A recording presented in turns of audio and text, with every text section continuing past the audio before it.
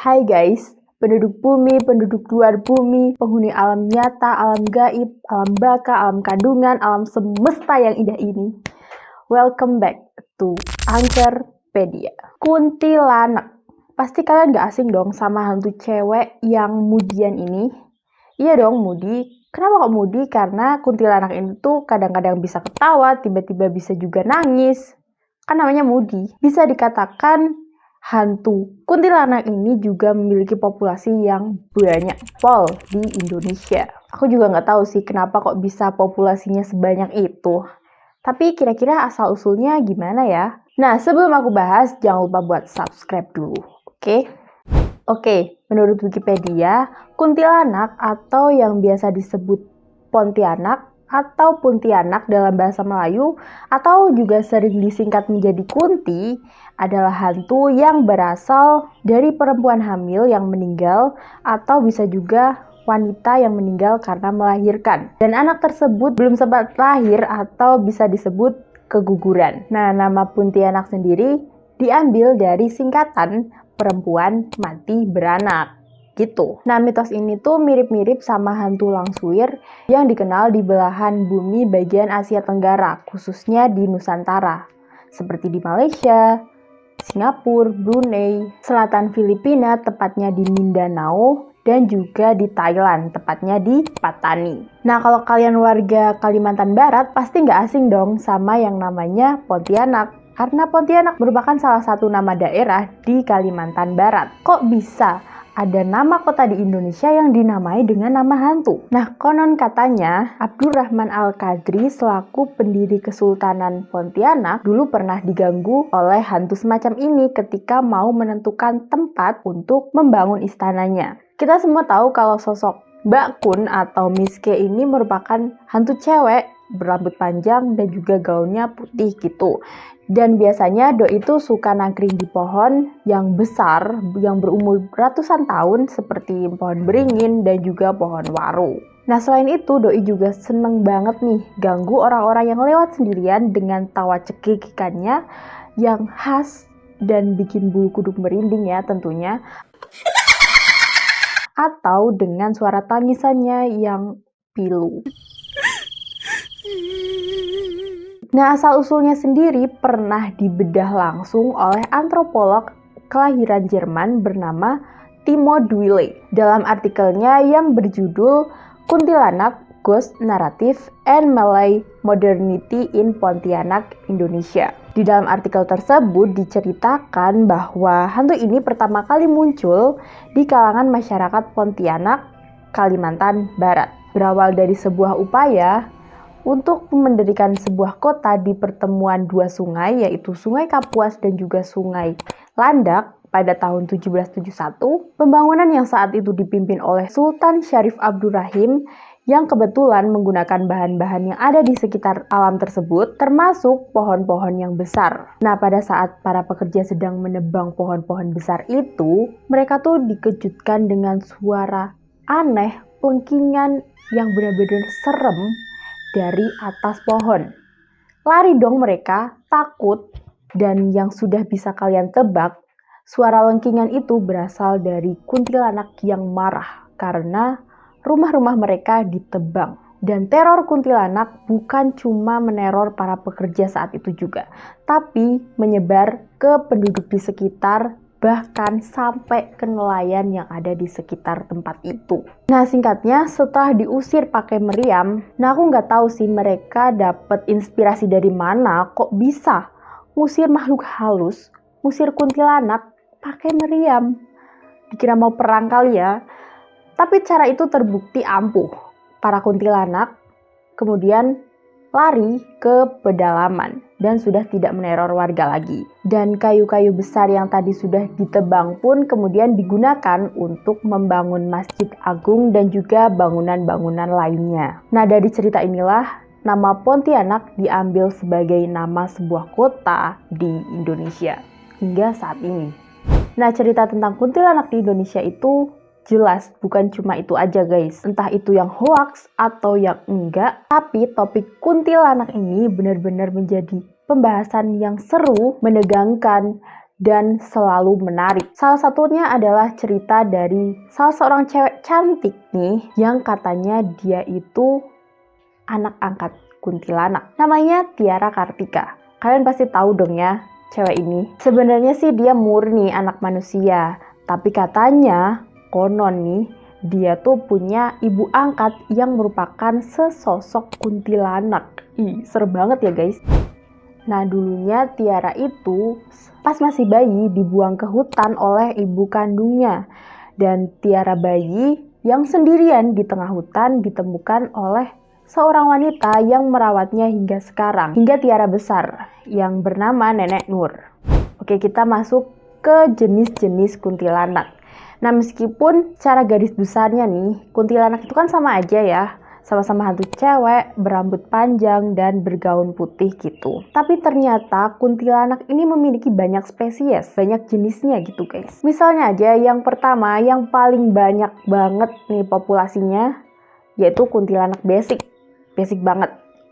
Cuma hantu cewek, rambut panjang, kemudian hobinya cekikikan sambil ngerumpi dan ngisengin orang-orang yang lewat wilayah mereka.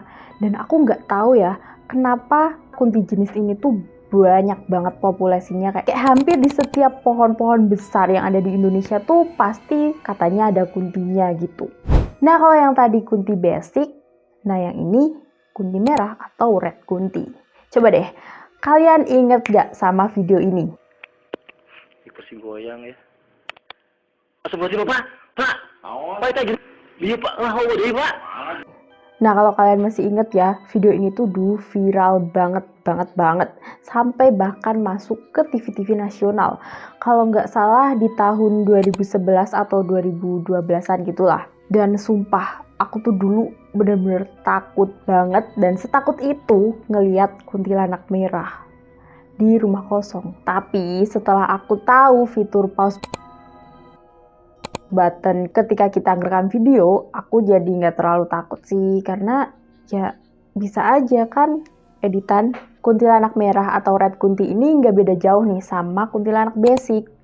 Ya sama-sama rambut panjang gitulah, tapi yang beda itu warna gaunnya. Gaun red kunti itu sudah jelas warnanya merah. Kira-kira kenapa ya warna bajunya jadi merah? Nah katanya warna gaun pada red kunti ini berwarna merah karena dulu pada saat semasa hidupnya red kunti ini menyimpan dendam yang sangat mendalam. Sampai pada hari kematiannya dendam itu tuh masih belum tertuntaskan. Sehingga ia menjadi arwah gentayangan yang membawa dendam dan kemarahannya. Dan dendam dan amarah itulah yang membuat red kunti ini menjadi berwarna merah. Oke, kita ke spesies kunti selanjutnya, yaitu kuntilanak hitam, kuntilanak ireng atau black kunti. Kunti ini bisa dikatakan sebagai ras terkuat di dunia perkuntian, ya ibaratnya sama seperti ras terkuat di bumi kita tercinta ini, yaitu emak-emak. Nah sama kayak kuntilanak merah, kuntilanak hitam ini juga meninggal membawa dendam yang mendalam. Tapi bedanya, kuntilanak hitam ini dendamnya lebih deep lagi ketimbang kuntilanak merah. Maka dari itulah warna kuntilanaknya menjadi warna hitam. Dan itu pula yang mendasari kuntilanak hitam ini lebih brutal dan lebih menyeramkan ketimbang kuntilanak-kuntilanak lainnya. Dan itulah yang membuat kuntilanak hitam diutus sebagai ketua dari geng kunti. Next, kuntilanak Durmo. Dan berbeda dengan kunti-kunti sebelumnya, kuntilanak Durmo ini akan datang menemui kalian ketika seseorang menyanyikan lagu Lingsir Wengi atau Durmo ketika mereka bercermin. Dan konon katanya mereka yang diberikan wangsit akan dikabulkan segala permintaannya oleh kuntilanak tadi. Jadi bisa dibilang kuntilanak ini tuh bisa dijadikan sebagai pesugihan gitu. Tapi sudah jelas ya guys, gak ada pesugihan yang gratis. Semuanya itu pasti ada tumbalnya.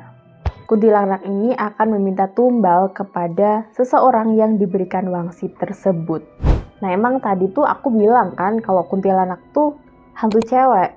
Tapi ternyata ada loh kuntilanak cowok. Nah, kuntilanak cowok ini nggak mungkin dong ya pakai gaun atau daster. Nah, berbeda dengan kuntilanak-kuntilanak pada umumnya yang bergerak dengan cara melayang, kuntilanak cowok atau yang biasa disebut dengan kuntilaki berjalan dengan cara kayang. Kuntilaki juga suka tinggal di pohon, tapi nggak kayak kuntilanak yang suka nangkring. Kuntilaki ini lebih suka bergelantungan. Jadi kayak kelelawar gitu, kepalanya di bawah. Nah, sekarang aku akan memberikan kalian tips cara menghindari teror kuntilanak. Nah, fun fact-nya adalah kuntilanak ini suka banget sama wanita hamil. Ya karena background-nya memang berhubungan sama wanita hamil ya guys. Dan karena kunti ini sering mengincar wanita hamil, dalam kepercayaan dan tradisi masyarakat Jawa, kuntilanak tidak akan mengganggu wanita hamil ketika wanita hamil tersebut membawa benda-benda seperti paku, pisau, dan gunting kemanapun ia pergi. Tapi biasanya yang lebih simple, para wanita hamil cuma membawa peniti aja guys, biar gak lupa-lupa gitu. Hal ini juga sering menyebabkan para orang tua zaman dulu meletakkan gunting di bawah bantal tidur bayi. Atau bisa juga peniti kayak ibu hamil tadi. Nah, selain terkenal jahil, kuntilanak ini ternyata kadang bisa falling in love sama kaum kita, kaum manusia, terutama cowok-cowok. Ya jelas lah ya, karena kuntilanak tuh kan hantu cewek, masa suka sama cewek. Dan kalau udah jatuh cinta sama cowok, kuntilanak tuh bisa menempel dan mengikuti cowok yang dia suka dimanapun, kapanpun, dan bahkan hingga berhari-hari. Nah, meskipun awalnya katanya si Kunti ini mau melindungi dari makhluk-makhluk gaib, tapi lama-kelamaan seiring dengan perasaan Kunti yang semakin mendalam, Kunti bakal menghasut cowok tersebut supaya bisa tinggal bersama Kunti selamanya. Kejam banget ya guys. Meskipun ada Kunti cowok, tapi bukan berarti Kunti cowok tuh suka sama cewek guys. Kunti cowok justru punya makanan favoritnya yang cuma ada di manusia laki-laki, yaitu organ vitalnya. Ternyata kaum pelangi tuh nggak cuma ada di dunia nyata, dunia kita yang udah semakin gila ini. Ternyata kaum pelangi juga ada ya di dunia seberang atau dunia gaib. Miris sih menurutku. Nah, ada juga yang menyebutkan kalau kuntilaki itu turun dari pohon dan kepala duluan yang turun, maka berarti kalian para lelaki yang melihatnya harus benar-benar waspada. Dan kalau kalian apes, kalian ketemu sama kuntilaki dengan keadaan kepala duluan nih yang turun dari pohon, ada dua kemungkinan yang bisa kalian tempuh. Yang pertama itu sudah pasti lari. Yang kedua, mitosnya nih, kalian tuh harus melepaskan seluruh pakaian kalian. Jadi kalian harus bugil di depan kuntilaki tersebut untuk membuat kuntilaki itu tertawa terbahak-bahak sehingga ia tidak jadi mengincar kalian. Nah, kemunculannya itu ditandai dengan suara bebek jantan. Jadi kalau kalian dengar suara bebek jantan di tempat-tempat yang gak seharusnya ada bebek jantan, kalian harus berhati-hati. Nah, itu kalau kuntilaki. Kalau kuntilanak lain, biasanya kehadirannya tuh ditandai dengan aroma wangi bunga kamboja atau bisa juga wangi melati. Tapi ada juga yang bilang kalau kuntilanak tuh nggak jarang datang dengan aroma busuk. Kenapa kok busuk? Karena seperti yang kita tahu, kuntilanak tuh kan banyak banget luka ya di sekujur tubuhnya. Ada juga yang mati melahirkan dan itu pasti banyak banget darahnya kan. Nah, darah itu akan membusuk dan itulah yang membuat aroma kunti jadi kurang sedap. Jadi kalau kalian merasakan pertanda-pertanda yang udah aku bilang tadi, kalian mesti waspada, hati-hati, dan perbanyak berdoa. Atau minimal kalian pergi ke tempat ramai lah ya, biar nggak takut-takut amat. Oke deh, segitu dulu lah ya konten kita kali ini. Buat kalian yang punya cerita-cerita menarik, boleh banget nih buat komen di bawah. Nanti aku akan bikinin konten khusus buat kalian. Dan jangan lupa subscribe, biar kalian nggak ketinggalan info-info menarik seputar dunia gaib. Dan jangan lupa buat share juga video ini ke teman-teman kalian, ke kerabat kalian, ke seluruh manusia yang ada di bumi ini juga boleh, biar mereka tahu nih sejarah-sejarah asal-usul dari makhluk-makhluk gaib. Sekian, Mistis pamit undur diri. Bye-bye.